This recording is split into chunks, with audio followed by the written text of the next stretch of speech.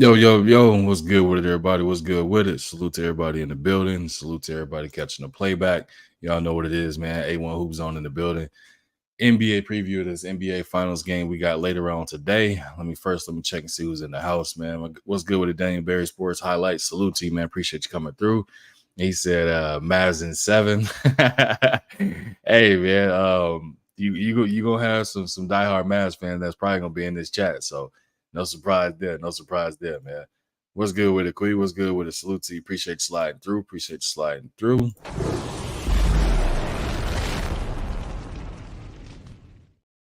Appreciate you. Dang Bear said, yo, he said, go Dallas. Yep.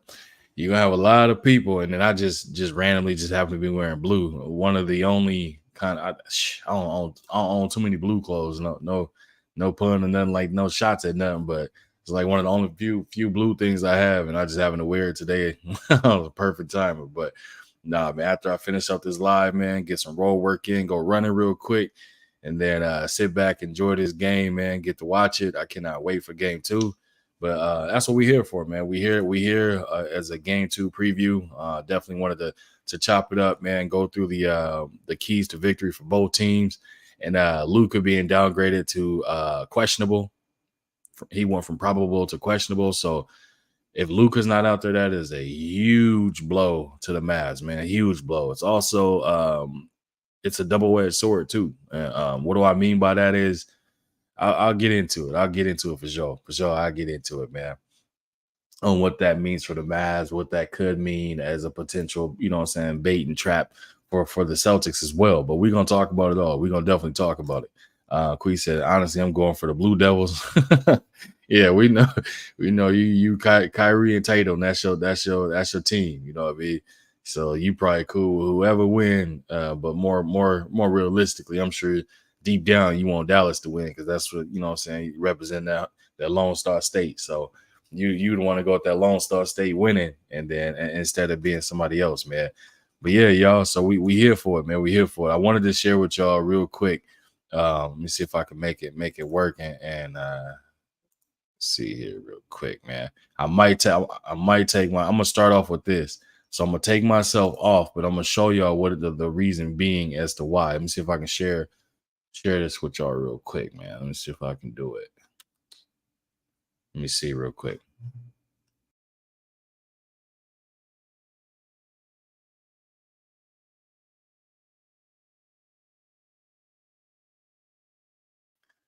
Nah, I'm gonna do it a different way. I'm gonna do it a different way. I wanted y'all to see. You see, yeah, I want y'all to see what it is I'm talking about on what Jason Kidd had to say and the type of mind game that he's playing right now.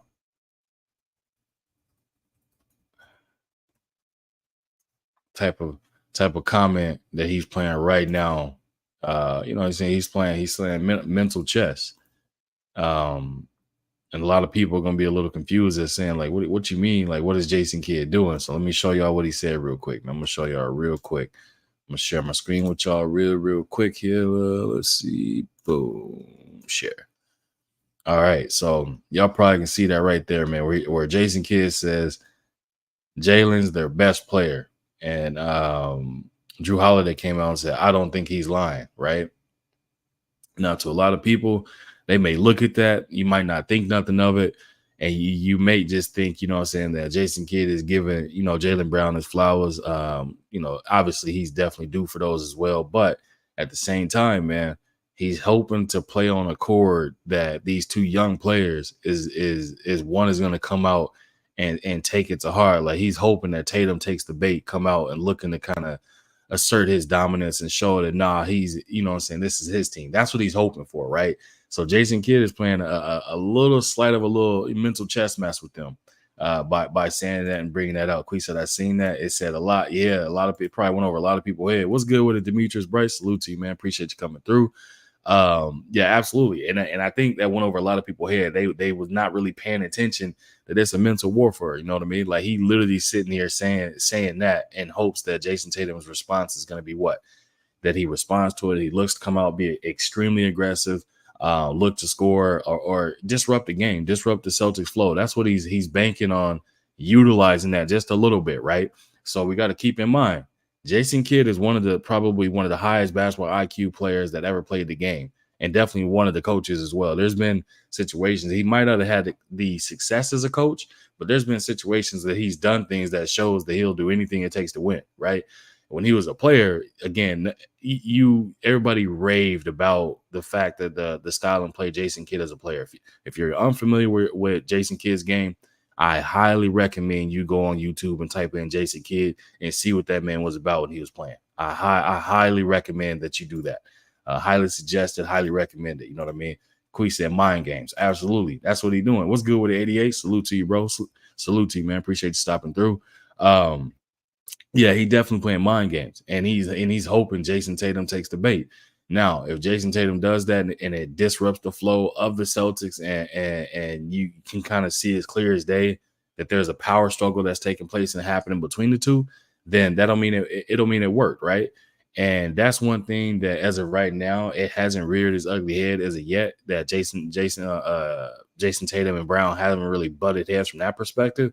It's been situations where, so they kind of take turns. They take turns of who's hot, who's off, and things of that nature. But you haven't seen them really clash in that perspective of saying, this is my team, this is your team. Like, how do we attack? How do we do this? And things of that nature. You haven't seen that, right? So that's one thing that he looking at film and seeing he hasn't seen that. So he's trying to strike a chord and hoping that he can pit these two youngins against each other as a dominance factor, playing mind games with them. But we're going to have to wait and see if they fall for it. Me personally, I don't think they'll fall for it. What's good with it, Joe Smo? Salute to you, man. Salute to you. Appreciate you stopping through. I don't think they will fall for it, but there's always that slight possibility that right now Jaylen Brown is getting a lot of he's getting low-key getting a lot of praise as far as him winning, Eastern Conference MVP. All of a sudden, people start saying Jaylen Brown is really like that. You know what I mean? He just don't get that global type of push as a Jason Tatum get. And I spoke on that previously, saying Jason Tatum is signed with Jordan. He has Deuce as his son. He's very marketable. He has the face that, it's a more friendlier face or skin tone, whatever you want to make fit in that bucket and category. Jason Tatum has the machine pushing behind him. With Jaylen Brown, they give him the same treatment they gave as like an Allen Iverson, or they gave to like players like a Kyrie, more that's outspoken, showing that they're willing to stand 10 toes down on stuff they believe in and things of that nature. So what happens, right? You don't get that same backing. You don't get that same support. You don't get that same push. And that's what we're seeing. You can clearly see that as clear as day. Demetrius Bright said Jason Kidd a straight beast when he was with at Cal and with the Nets. Bro, he was with the Nets, the Mavericks, the Suns. Like, Jason Kidd was a serious one to have. It's a hell of a point guard, hell of a court vision. Increased his scoring. Not really known for shooting threes, but hell, he shot the most of them. I think he led the league for 3-point attempts for a good period of time until that got taken over. What's good with Sean Clark? Salute to you, man. Salute to you. Appreciate you sliding through. Until it got taken over, you know what I mean? And a lot of people didn't know that. But again, like I said, if you're not familiar with Jason Kidd's game, I highly recommend and suggest that you go check out Jason Kidd. Plain and simple. That dude could ball. He was the epitome as ball as life. Outside of, we know KD, you know what I mean, looking at his beard and his hair, and the fact that they got clips showing how ashy he is and all that stuff. KD is a representation of ball is life. But at the same time, man, it's like if that's KD takes it to a whole nother level, man. My man here look like taco meat and one of those mops that the janitors use in the elementary schools. But nonetheless, this ain't about KD, man. We're gonna keep on topic. We're gonna keep on topic, man. We'll keep on talking. What's good with it, Tiny? Salute to you. Appreciate you sliding through. We're gonna stay on topic, man. But yeah, so he's playing a mental warfare game and hoping that it works. Me, I don't think it will work, but it is a possibility that it could. So we have to keep an eye out for that. Now back to what I was saying earlier when I was mentioning the fact of like, okay, with Jason Kidd doing this and then Drew Holiday being there saying, I don't think he's lying. I think Drew could have probably not had that part said where it got out to the masses. Why? Just because, again, Drew Holiday, he is new being there. Could Jason Tatum feel some type of way about the fact that he's kind of co-signing this statement made by an opposing coach? You know what I'm saying? Pretty much y'all ops right now, the opposing coach saying this about this player. You know what I'm saying? Jason Tatum, I honestly think Jason Tatum's going to come out a little bit more aggressive, but I don't think it's going to be anything that's going to initially impact the flow of the Celtics or how they're playing, right? But it is possible. He could come out forcing shots. We did hear him speak in an interview, him saying that in the previous finals when they did make it and they didn't win it, he showed up, he was rushing things because he felt as if he needed to do more. He was rushing everything that was going on. So it definitely impacted the outcome of it. This time around, he's saying, I'm focusing on letting the game come to me and I'm taking things a lot slower and I'm going about it that way, right? So that's what he's saying. So he's saying all the right things. And in game one, it showed a little bit, but at the same time, it also helped a lot that you had Kristaps Porzingis and you had Jaylen Brown that was out there going off as well. Derek White. So you jumped up to a 17-point lead. So you didn't kind of go into coast mode from there. Like I said, if they didn't have a 17-point lead in game one, they were played even pretty much for the remaining 3 quarters. So we could have seen a different outcome. You know what I mean? But you can't erase that 17-point lead. Let's see. 88 said, damn, the mops from elementary school. Yeah, bro. You see, hey man, I ain't gonna do KD like that. I ain't gonna pull him up. I'll do it on a different video, but we're gonna stay. I'm gonna try my best to stay on top of it. But if you ain't seen it, go Google KD and pull his hair up. You'll know exactly what I'm talking about, man. Sean Clark said it could work against him. He was like, JT might go off and show him Jason Kidd who the best player is. He only had 16 in game one. Yeah, I think he had 16. What was it? 16, 11. Yeah, 16, 11, and 5. So it looked like he was kind of gunning for a triple-double a little bit, but he also played the most minutes. He played 42 minutes in that game. That's the crazy part. Jaylen Brown played he played 37 minutes, and he was the one that, sent the high score for that team with 22. So it's one of them things, man, where he got to be careful. He absolutely has to be careful because he could be barking up a tree again. That'll either cause Tatum to go off. Like Tatum, if he go out there and go off, then all of a sudden now we got to deal with the fact that what's Jaylen Brown gonna do? But I did tell y'all my key breakdown to this game, and I said Porzingis is the absolute difference maker in this series, and the Mavs are gonna have a struggle over time if he's healthy. They're going to have a struggle playing against them, but there is ways around that, and there is ways to take advantage of weaknesses Porzingis has. And I'm going to break that down for y'all. I'm going to walk through the whole thing with y'all, man. Sean Clark said if Tatum is more aggressive by attacking the rim, it's possible. It's possible, but you can also get him to turn the ball over. He is turnover prone as well. He'll turn the ball over because as far as when it comes to passing, his court vision isn't the best. It's definitely not the best. He is more of a score first type, individual. That's his game, to score first. Defensively, his defense lacks as well. As an overall player, I think Jaylen Brown is better than Tatum because Jaylen Brown can play both sides of the ball just as good, meaning he can play defense, exceptional defense, hell of a defender. On the offensive side, we've seen him go out and put up buckets in a hurry. We've seen him body people at the rim. We've seen him crossing people over and getting here. We've seen him get into mid-range. He has a nice mid-range game, post-up game, three-point game. So with Tatum, it's more of like he can do it offensively, but when it comes to defense, he just hasn't accepted that challenge as of yet. Key Alexander in the building. Salute to you, madam. Salute to you. Appreciate you stopping through. She said, let's go Mavs. Yep. You're going to have a lot of Mavs fans that's going to be in this chat or catching a playback on this joint. You definitely going to have it. They gonna be there. What's good with it, Steph? Salute to you, man. Appreciate you. That's Mr. Stash in the building. Salute to you, bro. Been a minute, man. Hope all is well with you. Hope all is well.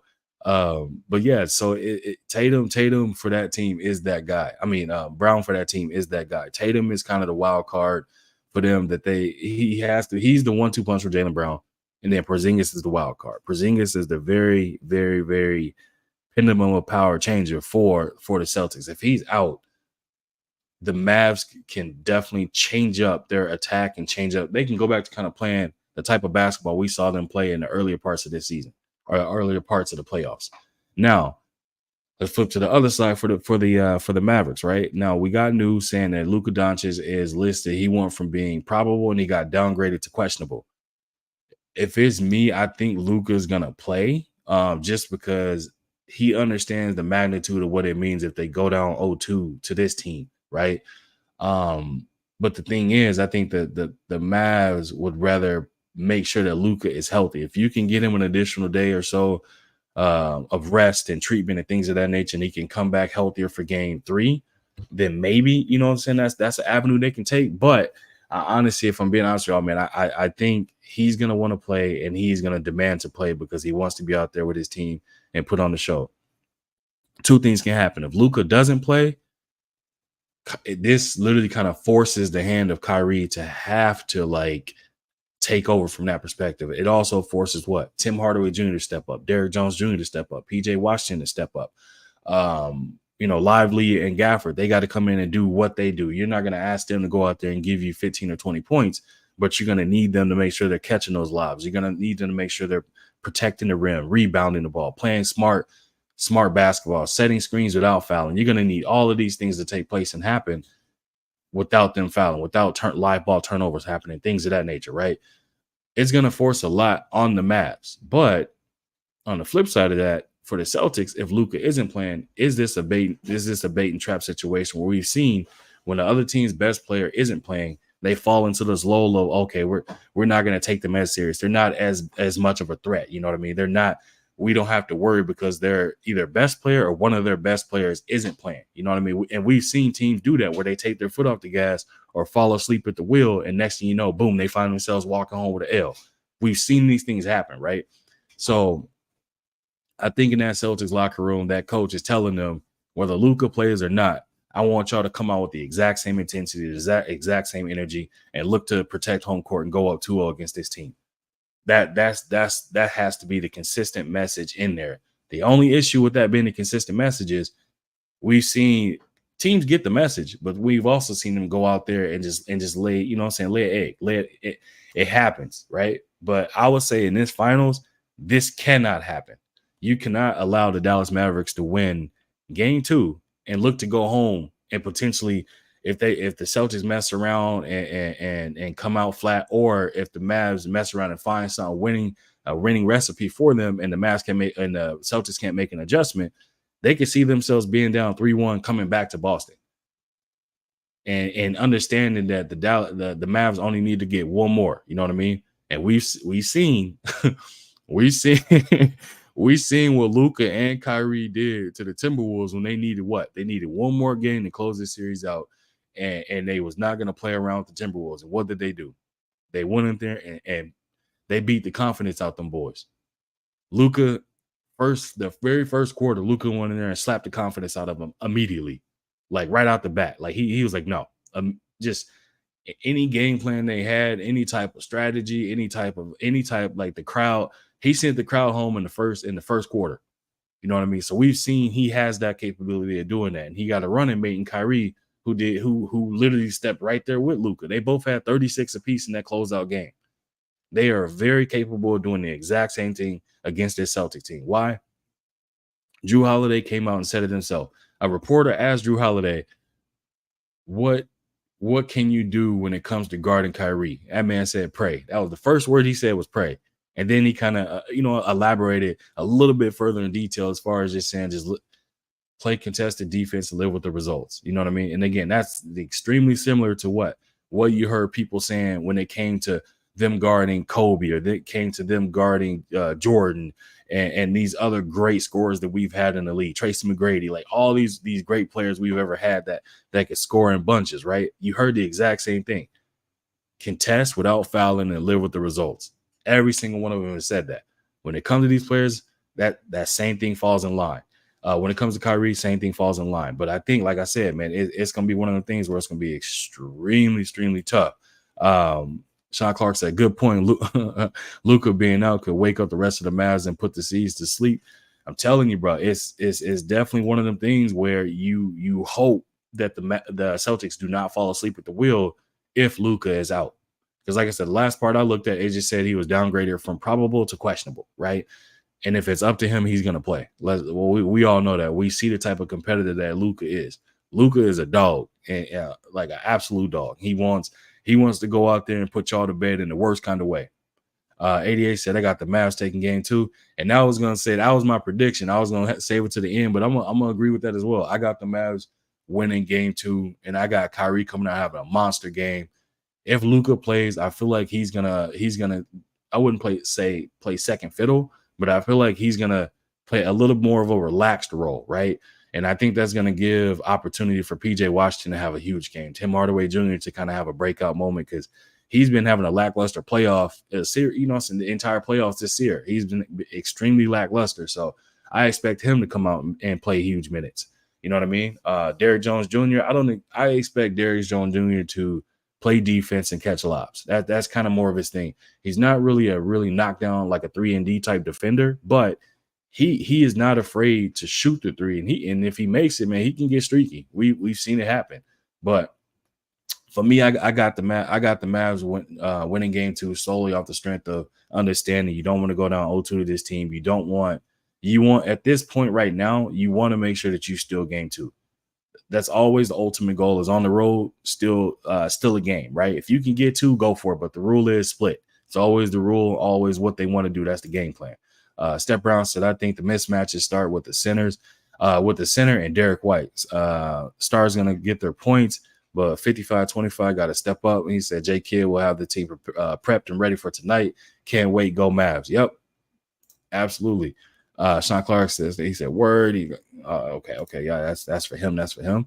Let me get out y'all business. Sean Clark said, I think the Celtics have grown since their that's an absolute fact. They've grown since their last deep playoff runs. I got the Celtics taking care of business, understanding the magnitude of the moment. That's true, but that's also the only other part that kind of semi scares me a little bit is the fact that they've been in those big pivotal moments and they fell short, and time and again, and it fell more on the shoulders of who? Jason Tatum. So that's why I'm like, I gotta see, like, and I stated it on a different video. I said if the Celtics lose this series, I think you might see a change in Boston. You had an acquisition of Drew Holiday, Derek White, and Porzingis. You had a coaching change over the offs. So it's like if they lose, people are going to really start nitpicking and questioning: is this duo really going to yield a championship? Is it really going to yield success from it? You know what I mean? And I'm speaking of Tatum and Brown, right? And it's a thing where it's gonna become a real conversation, an absolute real conversation where it's gonna be similar to what people had hyped up a lot of, which was like, if y'all remember, a young Vince Carter and a young Tracy McGrady, where it was like looking at them two and being able to play together and the type of athletes or players they had became, you could see a 1-2 punch that was gonna be an absolute beast to deal with, but it just never matured into anything. And one sought out bigger and better things and wanted his own team and went and pursued it. And, the rest is history. So in a case and situation like this, they've held fast this entire time. They've held fast to making sure that, like, they're sticking to that, prevalent thing. And that's the thing I want to see is how are the Celtics going to respond to ensure they don't have that type of collapse? With the coaching chain, will that make a difference? With bringing in Drew Holiday, who is a veteran, who's won at the highest level, he has a championship and gold medals. Will that help? Derek White has championships as well with the Spurs, of course. If y'all wasn't aware, he won with the Spurs with Coach Pop, so he has championship pedigree there. Porzingis, he's the unicorn. I'm not gonna say he has championship, but he's the unicorn. He's gonna give you everything he has while he's out there, and essentially if he's healthy, right? He doesn't ever cheat you on effort. He doesn't cheat you on the court. That's what you're gonna see. So a lot of pressure is on the Celtics right now, to be honest with y'all. Sean Clark said not much this season. They are 13-2 in the playoffs. Granted, the competition wasn't the same, but they came out on top in all close games. That's a fact, absolute fact. I agree with that 100%. They definitely took care of business in the East, but man, that East was just, I won't say injury littered, but dang, man, the East was beat up, man. The East was real beat up, and now they playing against a team in the West where we're looking at what. We're looking at a team now where you got a Luka who's looking a bit hampered, and you hear, so it's like, man, they were peaking. The Mavs were peaking at the right point, and now they just got hit, potentially bit by an injury bug. We got to wait to see how that play out.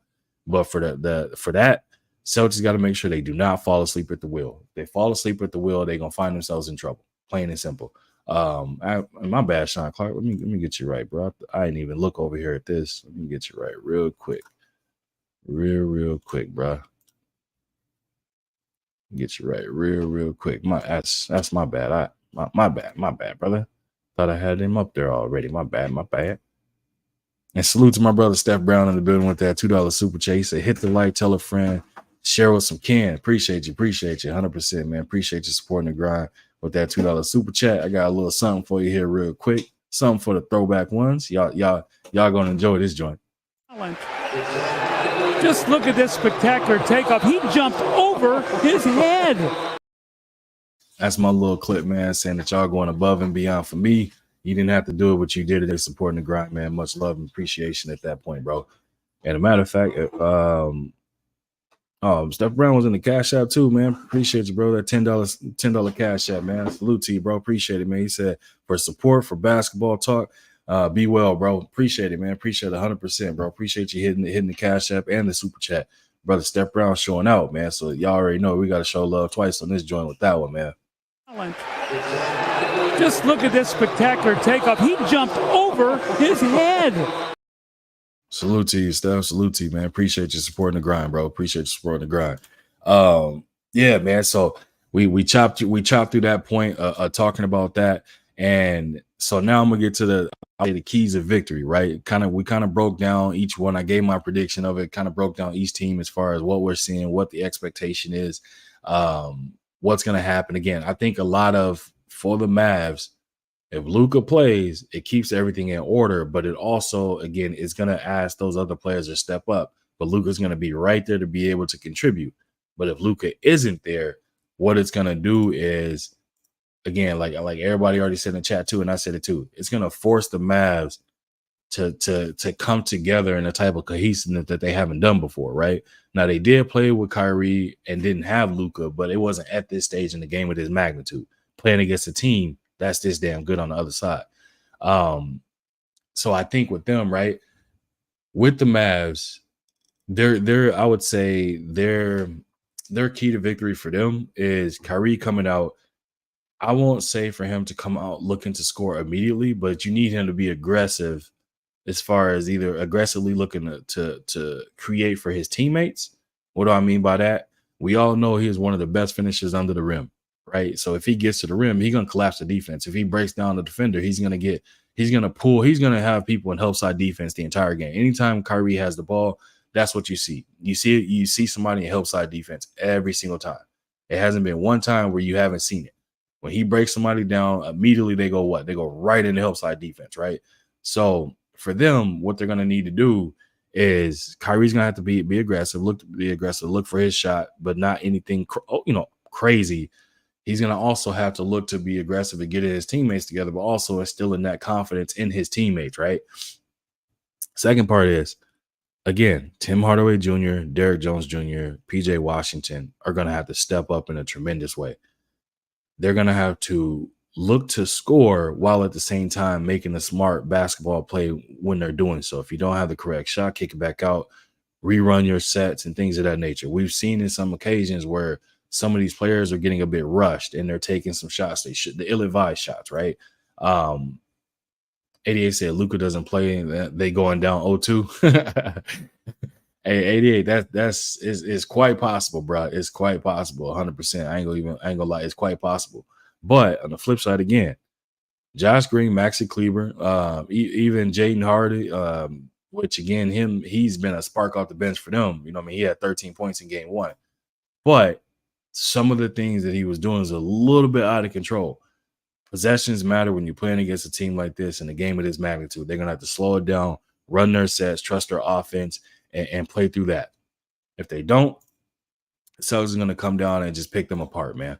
They're going to do the exact same thing kind of in game one, which was Jaylen Brown getting to where he wants to get to. Every spot on the court that he wanted to get to, he's going to get there and do work. You know what I mean? Jason Tatum, exact same thing. Except for Tatum, like I said, he wasn't even hunting for a shot like that. He was just slowly allowing the game to go how it was going to go. And he noticed that Jaylen Brown had it going. Porzingis had it going. I mean, you had 6 players in double-figure scoring for the Celtics, right? So for him, he just kind of was just going with the flow of things, allowing things to kind of just happen. It's going to be a situation where he's going to come out looking to want to hunt for his shot. I honestly think that deep down for Tatum, I honestly think even though Jalen won Eastern Conference MVP for that, I think Tatum wants the MVP for the finals. but he wants to do it in the correct way and in the biggest kind of moment situation. He doesn't want to go out there and just be chucking up shots, and then they they lose, and you look at his shooting, his stat line, and it's terrible. They're gonna blame him for that. So I think he's just picking and choosing his moment to try and be able to have that. Because imagine, like, if you got a shoe brand, you got endorsement deals, you're one of the face, like the so-called face of the team and stuff like that, and you're being backed by the machine. It's not gonna bode well or sit well if your teammate, who again is relatively not mentioned, he's not being pushed upon the masses and things like that as a player that people are jumping behind, right? So if he wins it, it might look a certain kind of way, and I think that's what we might see. But for the Celtics, man, it's easier for them to look at it and just say, Drew Holiday, continue to do the same thing you do, face guard Kyrie, make it tough on him. Derek White, same thing, knocking down open shots when they come to you. Porzingis, keep being a unicorn, knocking down threes, staying aggressive. They don't have anybody that's can match up with your height. The two bigs they have are still smaller than you, so you can utilize that. And obviously their 1-2 punch and JT and JB, like it's just do what y'all do. The Mavs got to take advantage of putting Porzingis in pick and roll situations. It needs to be Luka or Kyrie. One of them two need to put him in pick and roll situations and make him churn his hips, make him move, and hunt out that type of mismatch, right? I would, if I was them, anytime Al Horford or Porzingis was out there, I would run pick and roll and get them involved. I would pick and roll their bigs to death, right? And tire them out from that point of where it's going to make them step up. And you get past them, whoever that helps our defense, they're going to have to step up. And then you got lob at the rim for Lively or Gafford. That's what they need to do. Get Porzingis in foul trouble is one, right? Get, I would say the person that might be a little bit easier between the two of JT and JB to get in foul trouble probably would be Jason Tatum. Get one of them or both of them, like get them in some sort of foul trouble. Get that mixture out, get that mix, like throw in that foul trouble there, right? Throw them off by being aggressive and making them play defense, but then softening them up where they get in foul trouble. They got to play softer defense. If you allow them to kind of do what they did in game one, they're just going to run away with it again. And again, a lot of this pivots back to what Jason Kidd's doing, trying to play mind games and hoping they take the bait. So it's like they have to do this, man. For the Mavs, they have to do it. Kyrie, he has to be, whether Luka plays or not, Kyrie has to be the best player on the court tonight. He has to. Outside of the fact he had a extremely mediocre to bad game in game one, he has to be the best player on the court tonight. Luka needs him. His team needs him to step up and lead them for this particular game. They need him more than anything for game two. Step Brown said, no doubt, got to figure something out for Kristaps Porzingis. They went to a lesser switch and they came back to bite him. He said, got to figure that out. Hence why I said center role and Derek White is really the secret. That's a fact, bro. Absolute fact.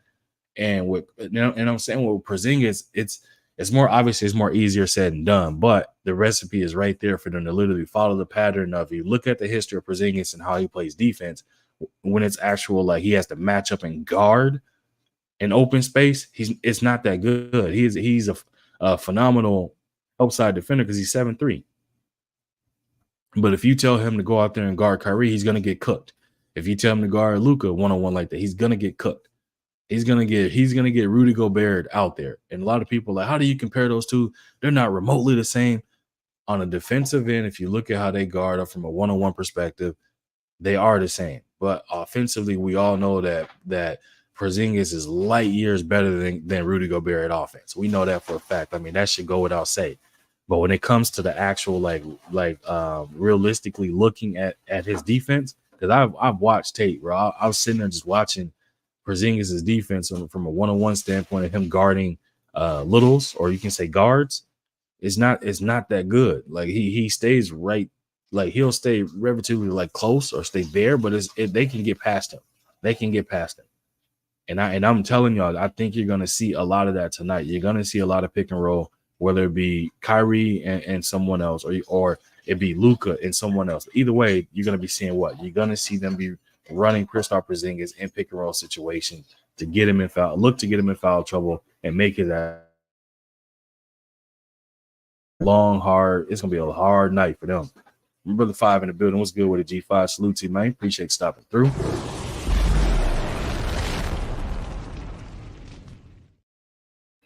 Yeah, it's gonna be a long, hard outfall. It's gonna be one of them type of nights, man. They got to do it. They got to step up in a major way. They got to step up and make sure that they are making him play defense.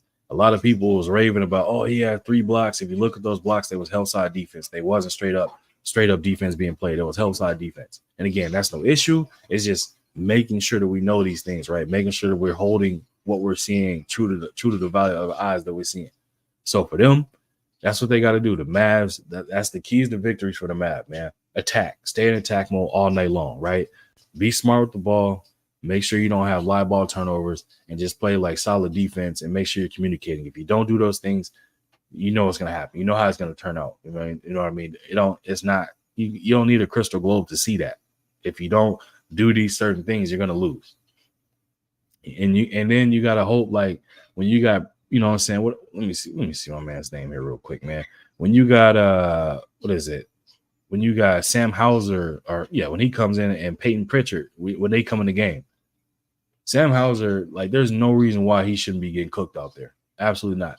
Like, you should try your best at this point to make this to a 6 or 7 man rotation for the Celtics. There's no reason being they should be going damn near 9 deep.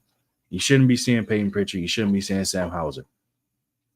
Even though Sam Hauser plays a pivotal point, he's a stretch big, and Peyton Pritchard is a small guard who applies pressure. You know what I'm saying? Like, he can knock down shots too, but when they're out there, there's no reason why the Mavs shouldn't be cooking them. You know what I mean? And I'm sure Jason Kidd has figured out a game plan that's going to make that work, right? Like, you got to take advantage of those mismatches when you have it or when they present it. So if Pritchard is out there and Kyrie is out there, and they have Pritchard guarding Kyrie, let Kyrie go to the post. A lot of people sleep on the fact that Kyrie is a hell of a post player. He has a hell of a post game as well. I've seen Kyrie post up, you know what I'm saying, bigger guards. He was posting up Klay Thompson. Like Kyrie can play any facet of basketball on the court. You know what I mean? But again, you need Tim Hardaway Jr., you need Jaden Hardy, you need Maxi Kleber to knock down shots. You need Josh Green to be knocking down shots. You need all these guys, these others that's going to be out there. You need them to play huge. Dante Exum, I mean, they use him sparingly and kind of every now and then type of situation, but you need Tim Hardaway Jr. to tilt the cards in your favor, tilt the deck in your favor, because the Mavs have the ability with the players they have to damn near be able to go almost like what I want to say 1, 2, 3, 4, damn near close to 10 deep. They have the ability in the roster to do it, and every single one of those guys are people that can contribute. Every single one of those 10 people can contribute. It's just a matter of playing to your strength, enjoying the moment, not being overtaken by the moment, right? Which again hinges on a lot of what I said. Kyrie is going to have to come out, and Kyrie is going to have to be the best player on the court tonight. Plain and simple. No other way around it. No slicing the cake. Whether Luka is playing or not, Kyrie has to be the best player on the court. And I honestly think that's what we're going to see. I honestly think you're going to see a different dimension of Kyrie unlocked tonight, where it's going to be one of those remarkable games that he's had when he played alongside with LeBron and they was going against the Spurs, and he went out there and just completely he won them that game. Because I think that was the game where he went, him and LeBron both went for 40 plus apiece, but Kyrie was the difference maker in the fact of the closer of that game as well. So we're gonna have to see that. Kyrie is gonna have to go out there and put on that type of performance. He's gonna have to do it. If he doesn't do it, guess what we're gonna see? We're gonna see Dallas going back home down 0-2. I mean, there ain't no other way to put it. The Celtics are that good of a team. The Celtics are that. Like, they are everything is advertised. But they also have a lot of holes as well. You being up by 17 in the first quarter and at one point going up by, it was like over 20, and then all of a sudden you look up in third quarter and it's down to like an 8 or 9 point game. They show they go through lows of scoring. They show that they'll have lapses on defense. They show that they'll just go cold. And when those things happen, that's when the pressure really gets going. That's when you start seeing what a team is made of. That's when you start seeing what are they going to do, right? And the Mavs show what? The Mavs show that they have the ability to make runs. They have the ability to play tough defense and literally make teams bite down. It's just a matter they just came up short. They came up short. They exerted a lot of energy. But the good takeaway they had from it was what? They could cut into a lead and get it back down to a couple of stops possession, and we got ourselves a tie ball game, or they could take the lead. That's one thing that was one of the key takeaways when I watched game one. I was like, damn, like, okay, so if we didn't have that 17-point lead, what would the outcome have been? You know what I mean? If they got it back to this, and it would have been a whole different outlet, man. Totally different outcome of how that game played out. But again, we can't take away the lead. They had it, right? They had it. So the Mavs got to make sure that they stay within striking distance and they stay close. That would be my advice. If you go down, don't get discouraged. Don't start trying to play hero ball or nothing like that. Make sure you stick to what the game plan, stick to what y'all doing, stick to what got, you know what I'm saying, that has you there. And eventually they're gonna go. The Celtics are gonna go cold. They're gonna hit a lull. They're gonna let you back in the game. It's all a matter of once they let you back in, how do you handle it? How do you deal with it? And how do you take advantage of it? Right? That's what we got to see. Absolutely what we got to see. So, I mean, we pretty much we've cooked damn near on everything we had, man. Like I said, I gave y'all the preview. I gave y'all my prediction. I got the Mavs winning tonight. Whether Luka plays or not, I got the Mavs winning. I gave y'all the keys to victory for both teams.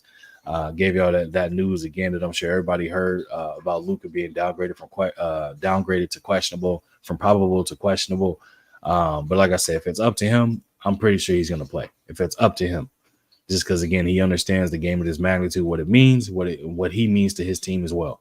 Even if he's out there as a decoy, just to kind of give that illusion that you know what I'm saying, he still can't shoot or he still can do this. I think he'll still be out there. I think we'll still see it. You know what I mean? So I cannot wait to see this game, man. What is it? Starts in about 3:30 where I'm at. So it starts about an hour and a half. Like I said, I wanted to hop on, try and dip in, get another live going. Obviously, y'all know, man, baby's not here, baby's not here today. They're with the grandparents. So your boy hopped on, went live, man. Otherwise, y'all already know, man. I'll be on daddy duties all day. 3-year-old and 2-year-old, man. So y'all know what it is. But I could drop this link, man. Chop it over to anybody want to hop on here and talk real quick on this. Get a words as far as you know what they have. And if nobody hops up, then I'll probably call it a day. If not, I covered everything I wanted to cover, and I appreciate y'all all stopping in and rocking out with me. Brother Steph Brown hitting that Cash App and Super Chat. Definitely appreciate you doing that for me, brother. Again, you didn't have to, but you supported the grind, and I appreciate that, man. So I'm going to drop this link, pin it. Anybody want to pull up, feel free to do so. And we can talk. We can talk for a little bit, man. Chop it up. Hear what y'all got to say, what y'all prediction is, what y'all keys to victories are, what y'all think gonna happen, the preview y'all got coming this season. I was actually gonna pull up some video clips and like break down some fill points of it, but again, I didn't want to deal with potentially having a copyright strike or anything like that. So I was like, I'll just verbally go through every point of it.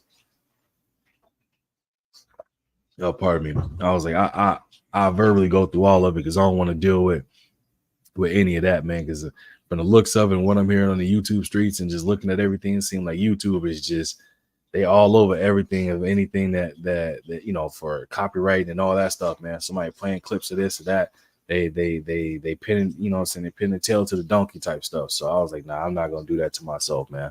I'm trying to avoid any type of copyrights as I can, but I definitely wanted to actually show the highlights, show y'all what I was talking about Porzingis. I'm trying to think. So actually, I'm gonna try and put me a little video together, make it maybe into a short, talking about Porzingis' defense from a one-on-one perspective when he's guarding a guard, and how you are able to manipulate him and get him in foul trouble, or able to manipulate him and get him opposite of where he's supposed to be and things of that nature. I think from a one-on-one perspective of guarding guards, Al Horford is a better one-on-one defender guarding guards than Porzingis is. Just my personal unbiased opinion. But this is going to be a hell of a game. I cannot wait for game 2. I just want to see again the adjustments that can be made, or not can be, the adjustments that will be made, how Kyrie comes out, if Luka is playing, what all can Luka give? What does he look like? How is he out there doing? I just want to see all. I want to see all the elements that's involved. This is why I love the game of basketball, man, because it's one of those things where any slight little tweak of an injury, it can change the whole outcome of either a game or a series. You know what I mean? Allowing a team to, find their way and find confidence. Can see crazy things happen. Like when we seen when Baron Davis and Matt Barnes, we believe Warriors knocked off the Dallas Mavericks, who were the number 1 seed that was being led by Don Nelson. We've seen crazy things happen, bruh. Absolute crazy things that nobody saw that coming, including myself. Same thing when the Hawks knocked off the Sixers. Nobody saw that coming, including myself. It's just one of those things where you look at the game of basketball, and if a team starts peaking at the right point, man, it can spell trouble for anybody, man. So that's one of the things for me. I'm just excited, and I can't wait to see it. We got an hour and a half game kickoff, man. So again, just wanted to chop it up, and I dropped the link for anybody who want to pull up, talk some basketball with me. Definitely feel free to do so. Like I said, if not, I'm gonna hop up out this joint and get ready to prep get some road work in. Actually, get some road work in. Quick run in, couple miles, come back, get some food ready, and watch that game and enjoy it. Tupac 13, what's good with it, bro? Salute to you, man. Salute to you. Appreciate you pulling up. Hope all is well, man. Hope all is well. And for those of y'all that's just tuning as well, man, I'm live every Friday, 2 p.m. Pacific, 4 p.m. Central, 5 p.m. Eastern. So that's my official schedule. I've been live every Friday. Also looking to throw in a second day. Just trying to figure out what day I want to do it. Probably might be Tuesdays. I would say maybe Tuesdays or Sundays or Tuesdays. I might do one of the two. I haven't fully decided which one for a second day, but definitely want to make sure, we staying consistent. We're talking basketball. There's a lot that's going on. I mean, I'll save it for my Lakers and this, situation, this coaching thing.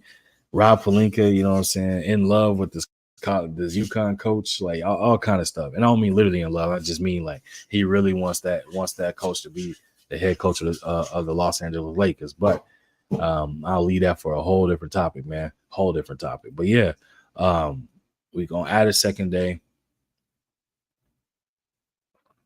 We're gonna add a second day. Continue to grind, keep working, keep talking basketball, man. Try to bring everybody that's either not a fan, help them become a fan. Anybody that was a fan and walked away, help them return to the game and become a fan again. Renew their fandom card. And then anybody that just that just strongly dislike the sport of basketball because they either don't understand it or just don't care for it. Hey, if I can somehow help with nursing you to at least be, if you're here to hear me, I'm cool. Like if you're here to support me, even though you don't support the game of basketball, I appreciate that. I appreciate you coming through and supporting. But if you just kind of looking for a reason to get back to the game of basketball, I'm all right here for it. All right here for it. Brother Steph said, I know, right? He said, I kind of like Mr. Hurley though.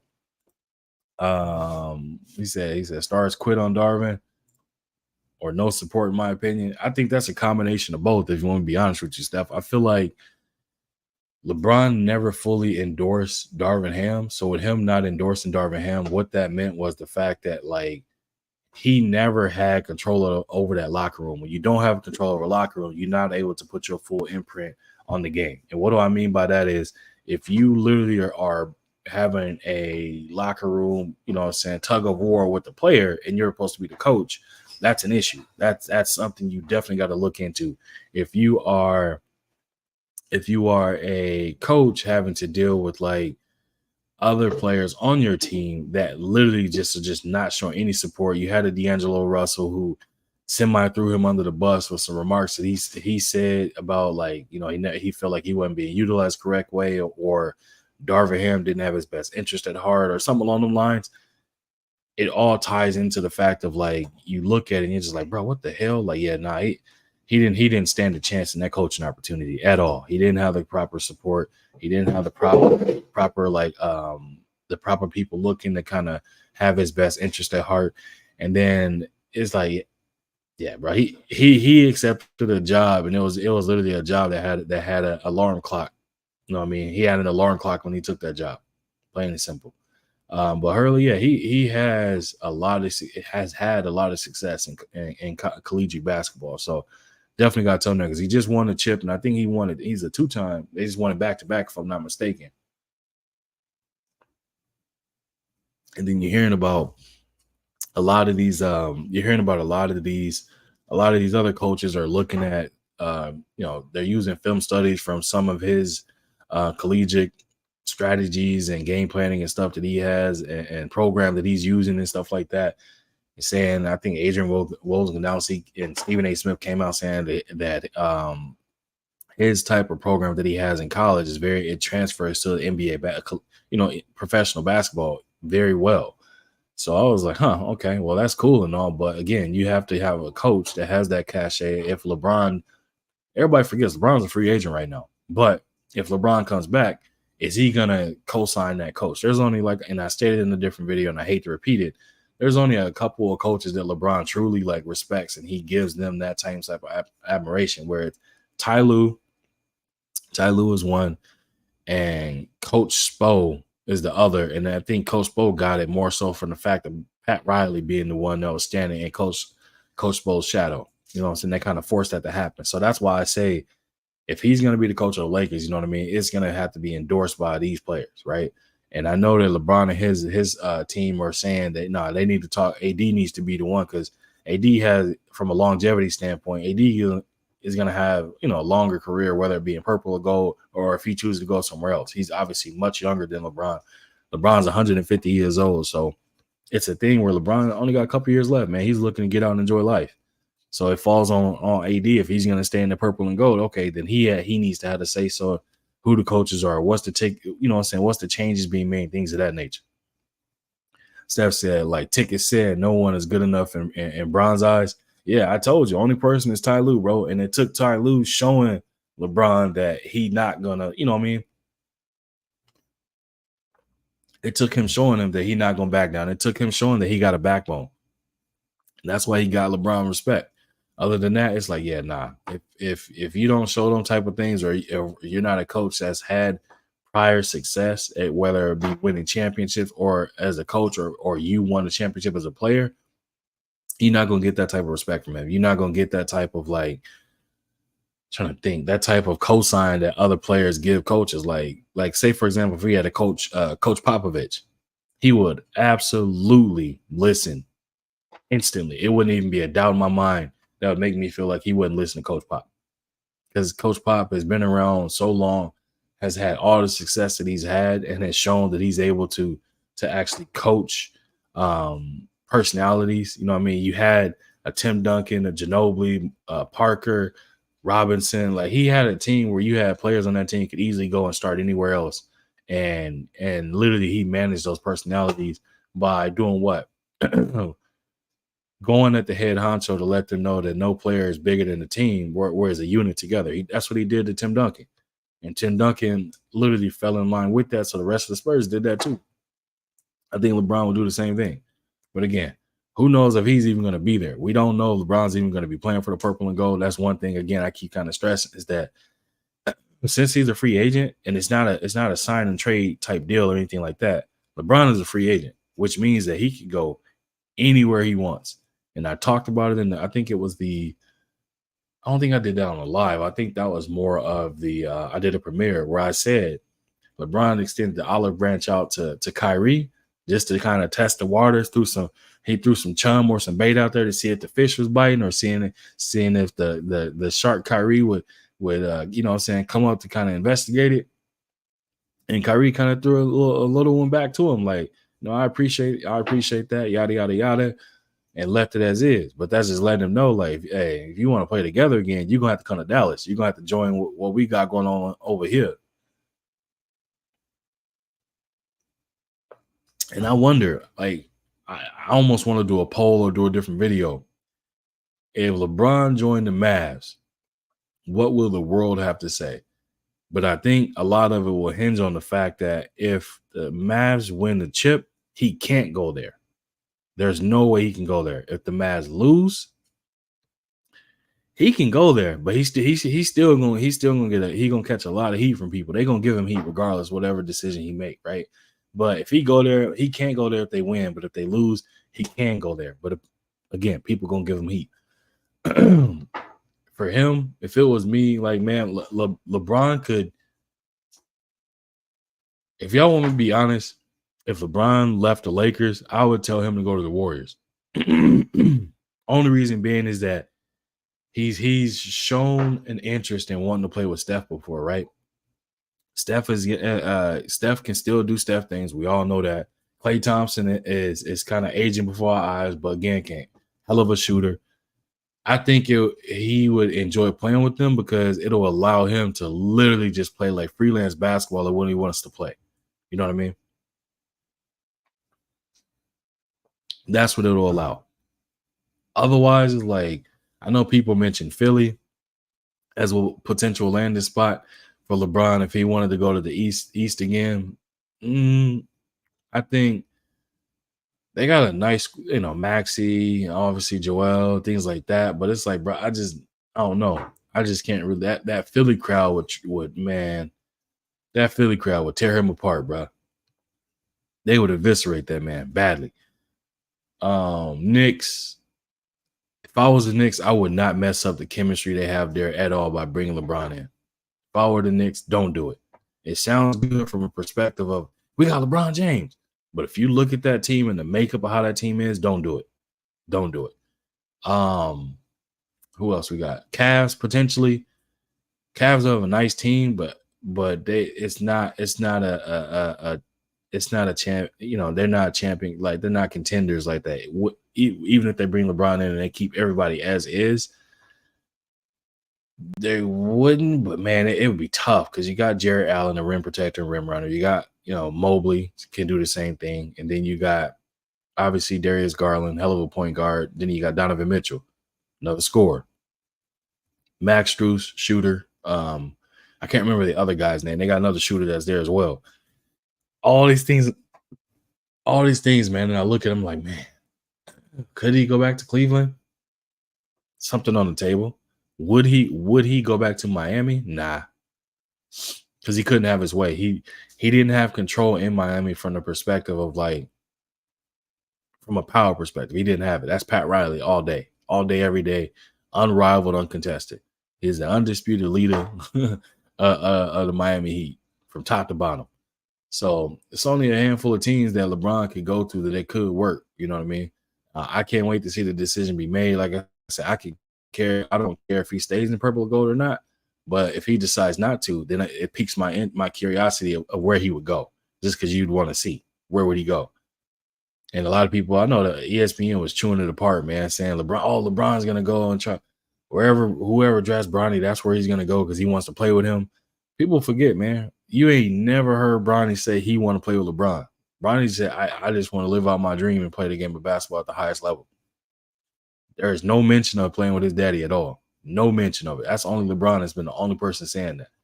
And Bronny, the only thing he came out and kind of refuted a little bit. Bronny said, I want to make my own name off of me, off my own merit. He don't want to be in a situation where he gets drafted and he's getting minutes because his daddy joined the team and his daddy is putting pressure on the coaching staff, or the fact that his daddy got all the power to be able to say, I want this. You know what I mean? I don't think that's going to be the case. I don't think that's what we're going to see. So we going to have to see, man. We're going to definitely have to see. I cannot wait again to see how this plays out. I cannot wait to see the decision be made on what they're going to do. I'm hearing and seeing rumblings about the league looking to expand the NBA beyond 30 teams. One thing I say right off the bat, if they go ahead and approve or follow through with the expansion of the NBA, they got to bring the Supersonics back. They have to bring them back. And shout out to Seattle Rick, man. But they got to bring the Sonics back. That's the Supersonics, the love they got in Seattle, man, is unmatched, bro. Like that was such a loyal fan base for them. Like they have to.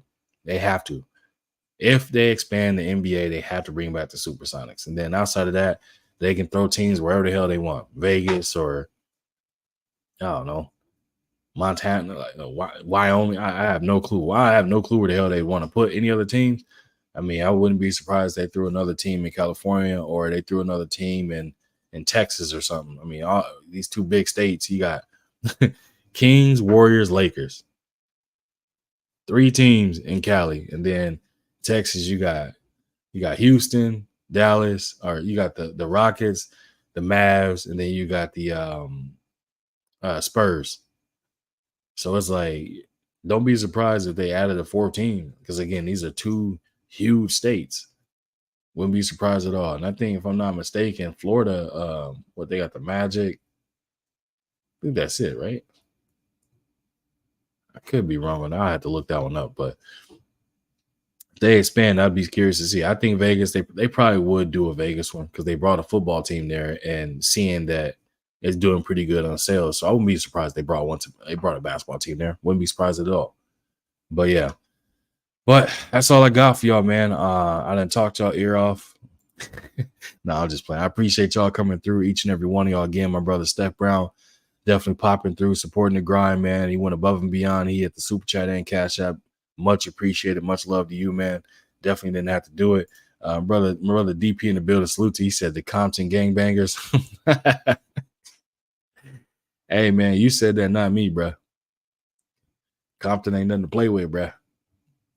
Over here in Cali, Compton ain't nothing to play with. That boy Kendrick done single-handedly unified California. It's been a minute. They've been looking for something that's gonna unite the whole West Coast. And K-Dot did just that. He did, I guess, California and beyond. You got places in Canada playing his diss tracks like that man definitely he definitely stepped up for the whole thing. Steph said, wait, that is true. Yeah, man. Word on the street. Yeah, man. That boy that boy went ahead. Drake was said he wanted some work, and he got worked. The boy said he messed around and called out the Floyd Mayweather. The Floyd Mayweather rapping, and messed around and went out there and got 12-0, man. That's wild, man. Steph said in Dallas is that if the Mavs don't win 2 or 3 years, they go into Vegas.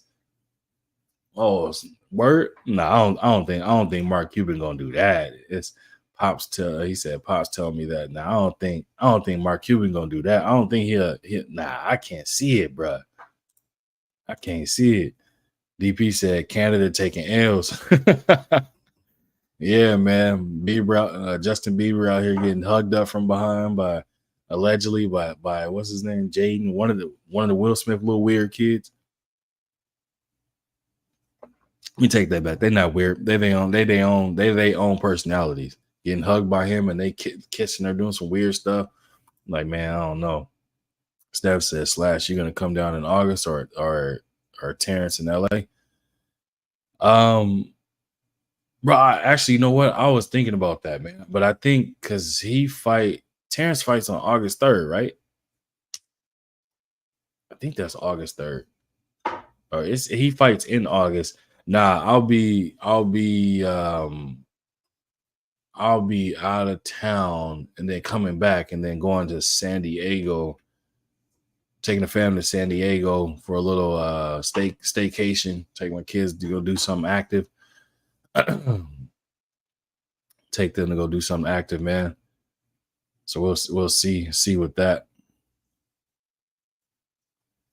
See with that for sure. Bass Reeves. Who is Bass Reeves? Let me take a look here. Hey, Steph. I was like, man, I was confused for a second. I said Bass Reeves. Who the hell?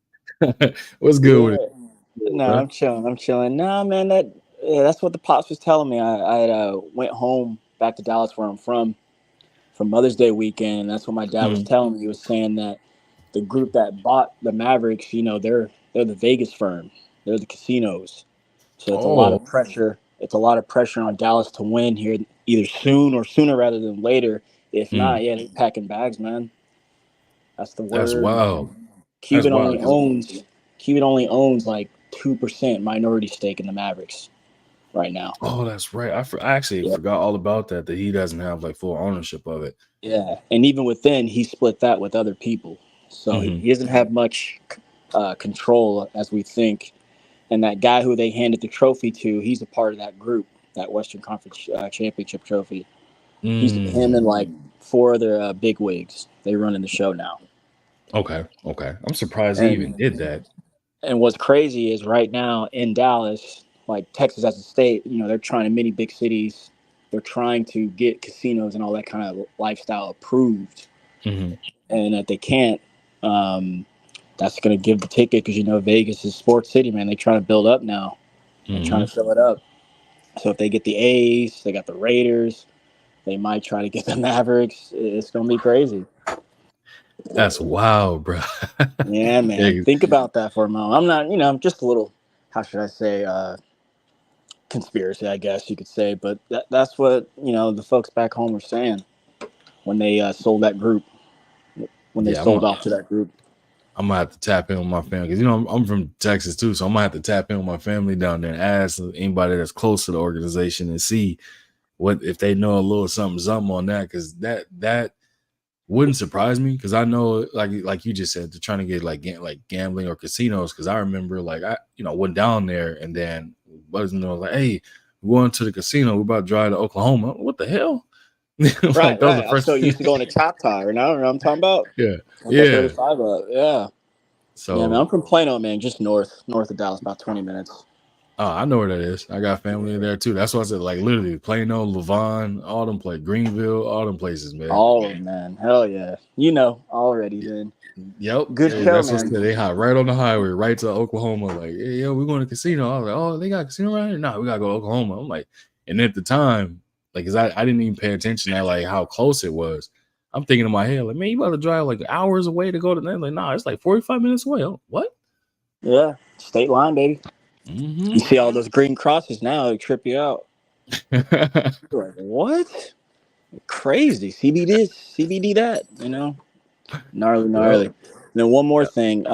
That's why they signed Jason Kidd. That Mm-hmm. dog, he's got 100 milli as a coach. Mm-hmm.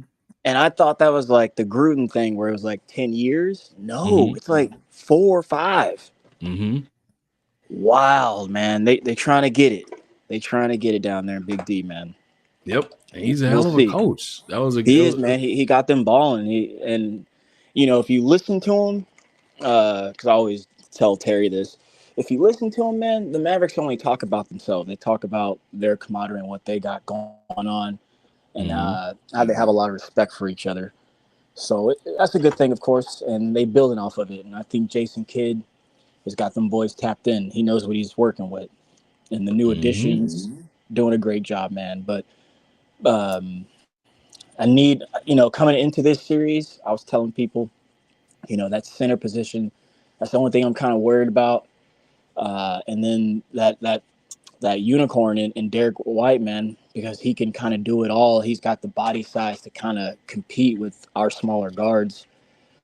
So the stars are going to go get theirs. I'm not worried about. Mm-hmm. I know they're going to Jalen Brown, Tatum. They're going to score. They're going to do their thing. But I thought key position matchups were the center and what Derek White was going to bring to the table. And of course, what's my man's name from the Bucks? True Drew. Holiday. Yep. We just gotta, defense is all effort. Make sure Yep. those twitches are good, communicate, and I think they're gonna be just fine, man. But the role players got to step up, 55, 25, and I'm gonna throw some on Derek Lively too. Mm-hmm. You're stunting all playoffs, and no one really says this. At least I don't hear it much. Sometimes, but not much. Kyrie has about 2 or 3 bad games a series, man. Oh Ain't no yeah. one talking. Like 6, 12 points, something like that. Yep. So yeah, he's due for a big game, Yep. and just looking for the coaches battle. I want to see them set up the plays, see what they got. I wish they showed the behind the rim camera view more so they could see the game Mm-hmm. open up and all that kind of good stuff and see how it's played. And then that's how you know if you got a good coach, man. To me. So Oh yeah. No, I agree with that, man. I'm we'll telling. Telling you, bro, it's gonna. I think we're gonna see something different in game 2. I think Kyrie gonna put on a. He gonna.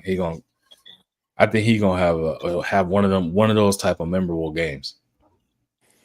I think they should just attack KP too, man. Like you were saying, Yep. Take what they're gonna give you from everybody else, but attack him. Really, you got to get some people in foul trouble. Yep. They got to be aggressive. No doubt. If you allow them to play, what is it?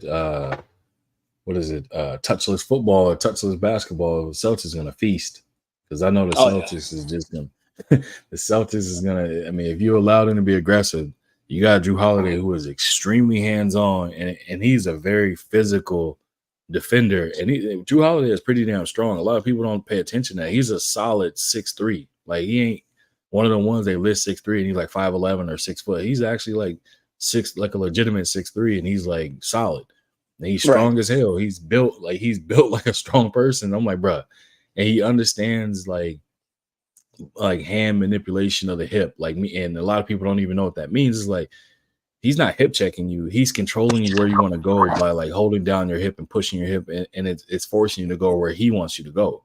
And he understands like positioning of footwork. Like, if you get to this point, you're trying to come back this way to get this move. So he's beating you to that spot. Thing is with Kyrie is like he's a fluid player.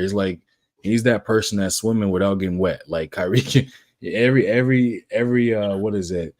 Counter you, he has a counter to your counter type of thing. Like, and that's a lot of people say that about him, and I love it.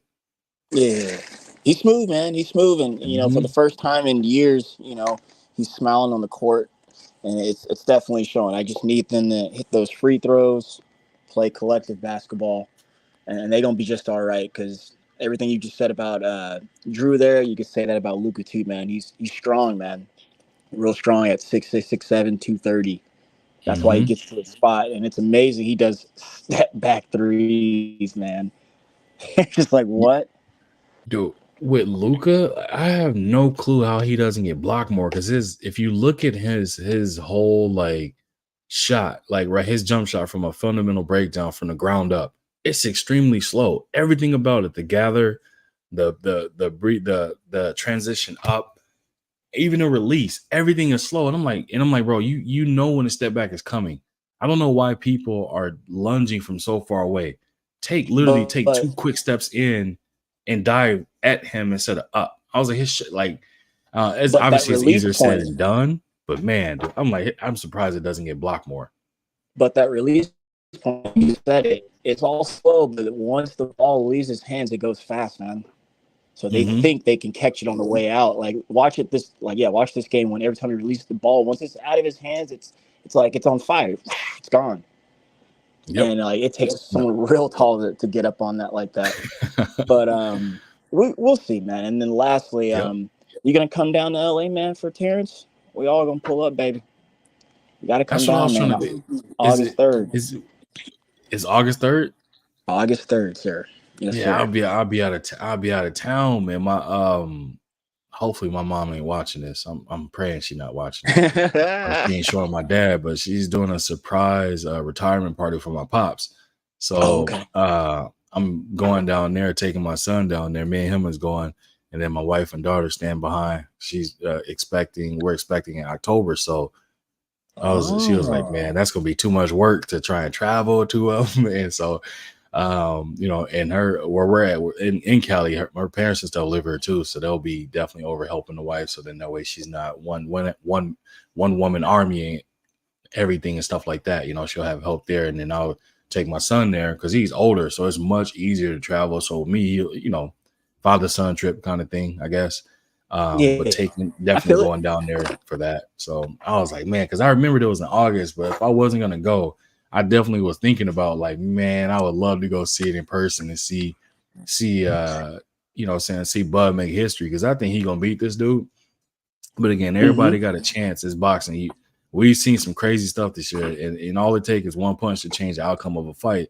And I tell everybody, I'm an Earl fan, but I'm also a fan of Bud. But Bud fans, like the fanatical ones, they try to make you dislike their fighter, and it's like, bro, I just want to see the fight. Like, I'm supporting like this person, right? Like, so for me, I would pay to go see him fight just because like I'm a fan of his work. Like, in the ring, he, like he wanted to he's like that. That's the easy way to put it. He's like that. Yeah, he's the best. He's one of the best, man. One of the best, and I'm glad we get to see it. Right, Mm-hmm. we in that time. We in that time. But I ain't gonna hold you up too much, man. I'm gonna let you go ahead and get some dinner in before you sit down and watch a good game. Thanks for letting me come on, man. Peace and blessings to Oh, for you, sure. and get off to a good start to the week, brother. Get off to a For good sure. No, start. I appreciate it. Now I'm gonna get off, go running, come back, and then kind of get some food settled, so then where I can watch it and see. But nah, man, and even the thing is our due date is in October, and I was like, man, hearing that the EJ fight was gonna be in potentially in October, and I'm like, oh my gosh, man, like, I know, right? I know. I can't catch a I know, break, man. bro. Like, It's good to see him, huh? It's good to see Earl, man. He doing good, man. He healthy yeah, looking. man. Uh, and then one more little snippet. I'm really interested Mm-hmm. to just kind of see this fight week coming up. Him, I'm that interaction with Derek, and of course his fighter, because they all support Frank. So it'd Mm-hmm. be interesting to kind of see what that's gonna, lo and behold. Interesting times, man. It was interesting when they just did that interview recently, and they asked what I'm saying, EJ about, I think they either asked about Derrick James. They asked about Derrick James and Frank, like their game plan or how it looks or something like that. And he didn't say, oh, that dude, or he said it by name, gave him his respect, and like kept it extremely cordial and professional. You know what I mean? So like Right. he shows he can separate what they got going on, like business is business, and being able to be professional. So a lot of people be, you people weird out here, man. They don't want to Yeah. like give credit or allow people to handle their business and let everything come out type of thing. Everybody want to say these certain things and want people to be this way and that way and stuff like that. And it's like, bro, like this dude, like he's never shown like that he was a Yeah. hater He's or never never. hated on nobody. Dude's been 10 toes down, man, and giving people their credit and stuff like that. Right. I agree. I agree, man. That's why it's good to see him, and it's gonna Mm-hmm. be interesting to see how this week comes. Who you got in that fight, by the way? Sorry, I keep tagging you Oh on. Who you got in no, that? you good, bro. You good. Like I said, my kid's not here, so like I got time. That's the tough part, man. I honestly I don't know. Like the part of me that tells me that Tank is gonna win is because of just what he showcased in all his other fights, and the fact that there's still another gear or two or three that he can kick it into. Like he has multiple gears that he can kick it into, right? And then when I Right. look at Frank, like he's shown he can kick some stuff in gears too, but he hasn't fought nobody like Tank, where it's like, does he have those other gears he can kick things into that can show that, like, oh, so for me, I think right off the bat, like I would say a high level value, I say Tank, but I don't think it's gonna be easy. But a lot of people that I've been hearing that talking about, they saying like they like take, casual fans are saying Tank by wash. You know what I mean? Then there you got Yeah. other people that, are boxing channels that are saying they got Tank winning, but it's gonna be a dog fight. And then you got people saying they got Tank winning, but he gonna have to show us he really like that, because he fighting somebody that actually isn't scared. Like he fighting somebody that's coming to win. And when I look at Frank, the way he talked from start to finish of like when they first announced this fight, I'm like, bro, like Frank is like going in here like, nigga, I'm not in here with you in here with me, like type of Right. energy, and I'm loving that. So I'm like, I Yeah. can't wait to see. Oh, just a week away then, man. I'm, And I'm they with you. and they sparred. That's the part left out. And Right. they sparred, so they're familiar with Right. one another. So I'm like, yeah, bro, like I can't wait, man. Mm. Yeah, I agree, man. I agree. Tank is special fighter. Mm-hmm. And like you said, given his work, man, he's kind of, the great ones, man. They fight different fights every fight.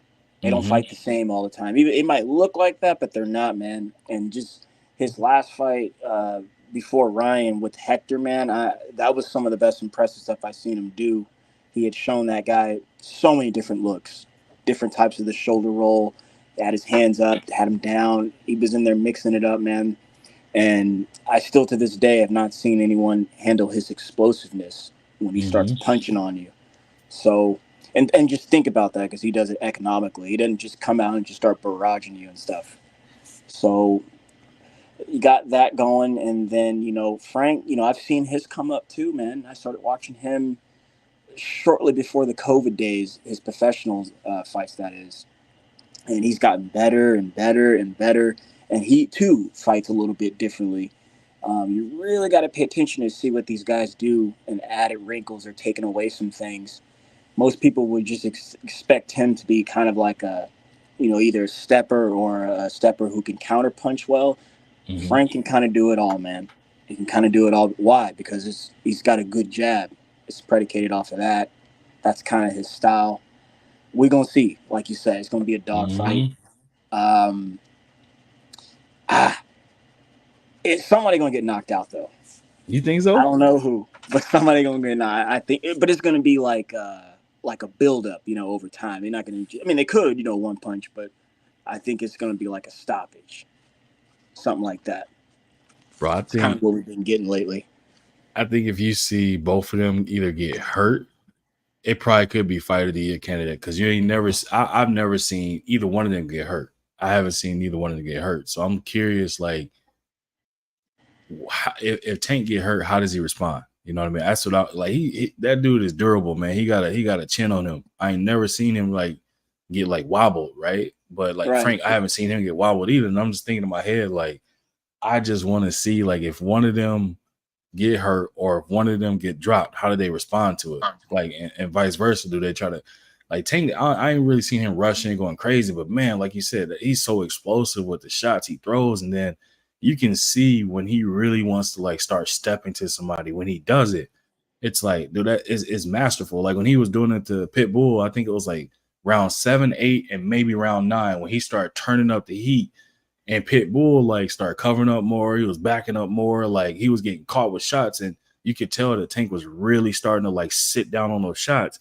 Pitbull was like, he was looking like he was ready to go right up until the point where he stopped kind of pushing it like that.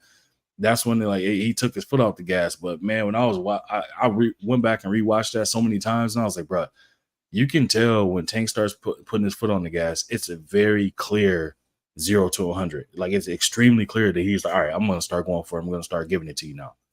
And I'm like, man, what is Frank going to do if he ain't got nothing to you know what I'm saying, to make Tank like garner his respect? Like Tank didn't come out rushing Ryan Garcia because he knew, like he said Ryan was strong. And then the same thing with Rolly Romero. He said Rolly was strong in the early part. So he didn't come out like kind of pushing like that. So I just want to see what's Frank going to do? If Frank is not throwing full swing, so then that way when Tank does try to step to him, he throws something and pop Tank, and it's like, hold on, like, I didn't know you had that still there.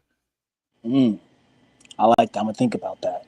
In fact, I'm gonna rewatch that fight between Izak and Tank again because I thought he fairly won.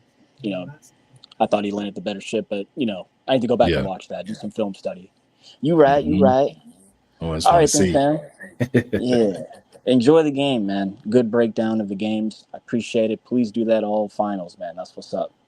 I intend to. I'm hoping so, man. Well, like I said, I just got to time it right. I definitely can do it. Matter of fact, I'm probably going to do it, actually. I'll just make it a thing where every game I'll do a preview, preview and prediction before or something like that. But it's fun to do. It's fun to break it down and look at those games and do it. So I appreciate you, man, again, supporting the grind, supporting the channel, and pulling up and definitely chopping it up with me, man. No problem, man. Have a good rest of the evening. Talk soon. All right. You too, brother. All right. Bye-bye. All right, y'all. Well, like I said, man, brother Steph pulled up, man. We got to talking a little bit there. Sorry, we started talking about boxing a little bit because we got a big fight coming up. We all know. Well, if y'all didn't know, now you probably learned and know. I enjoy boxing as well. I watch UFC and pretty much all combat sports, but definitely enjoy watching, man. But we got a big fight. Make sure y'all tune in for that, man. But that's all I got for y'all, man. I appreciate each and every one of y'all coming through, supporting the grind, supporting the channel, hanging out with me for this long. We're gonna be back with another one. Y'all tune in to watch that game that's coming up in T-minus, I guess, say 1 hour. They'll tell you it started at 5 and it always is like 20-30 minutes later. But I appreciate y'all. Y'all watch the game. We're definitely gonna do a reaction video of the game as well. We'll keep working, keep grinding. And I appreciate y'all, man. And we'll be back in another one. We out of here.